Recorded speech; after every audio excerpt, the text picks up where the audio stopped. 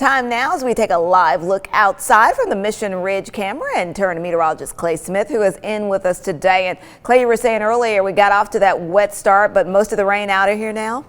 Yeah, for now at least. It looks like we're going to go through a drying trend this afternoon. Now, some of the rain that rotated through earlier has kept temperatures a little bit cooler than what we're dealing with to our south. In fact, Jackson, Montgomery in the 70s, still in the 50s here in Chattanooga, but that warm front now starting to lift to the north. So that warm air is going to start to filter in here within the next couple of hours, and we're likely to be in the 60s. And that's already the case in Fort Payne, 63 degrees this afternoon, 55 in Blue Ridge. Really, the further north you go, the cooler it is. Athens and Dayton at 52 this afternoon. But of course, as those winds pick up from the south and that front bumps to the north, temperatures will really start to warm as we go into your afternoon. But again, not a lot showing up on the radar, just a couple of light showers along the Tennessee-Georgia line down into Polk and Fannin County. So you could be dealing with a couple of light showers and maybe a sprinkler or two here in the valley, but really not expecting too much more in the way of rainfall this afternoon. Again, that rain's going to kind of stay concentrated along that warm front. And then as this low pressure approaches from our west tonight into early Thursday morning, we'll have more moisture moving in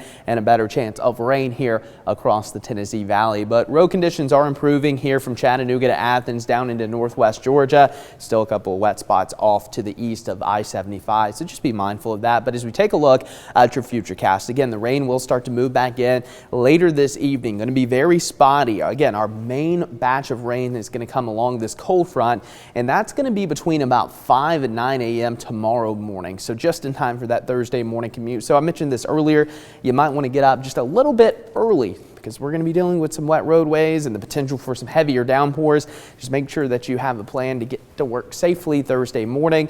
And then this is going to push out by the time we get into the mid-morning hours from west to east. And by the afternoon, there's a pretty good shot we're going to have some sunshine returning here across the Tennessee Valley. And that could be the trend through most of Thursday evening. But later this afternoon, again, there's going to be a lot of warm, moist air, a little bit of instability to our southwest. So a pretty good threat for some severe weather across portions of the Mid-South. Now, as this moves in our direction, it's going to come in during the overnight hours, so we're not going to have that good daytime heating to provide these storms with extra storm fuel. So it looks like the severe threat really not going to be all that potent here across the Tennessee Valley. It's going to shift to the south and along the Gulf Coast as we go into your Thursday. But we could still have, a rumble of thunder or two, and the gusty winds outside of the severe threat are going to be ramping up as well Thursday morning, with gusts as high as 35 to even 40 miles per hour here across portions of the valley, and we could get higher gusts in some of the higher elevations. Again, future rainfall still looking like about ½ of an inch with localized areas of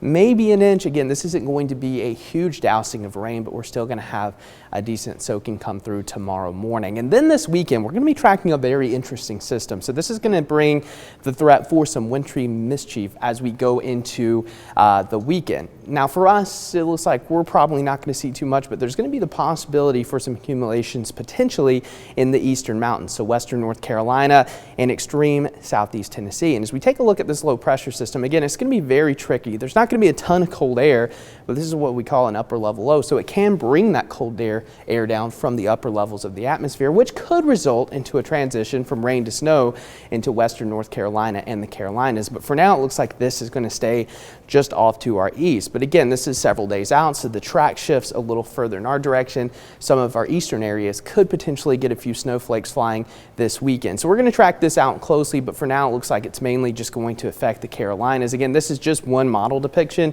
but it does show the potential for some accumulating snow off to our east. So something we're going to monitor, but for now, we're just going to call it a few high elevation snow showers, mainly to our east into the Blue Ridge Mountains. But the big story, of course, going to be the rain coming in Thursday morning with temperatures remaining in the 60s. Latrice. Thank you, Clay.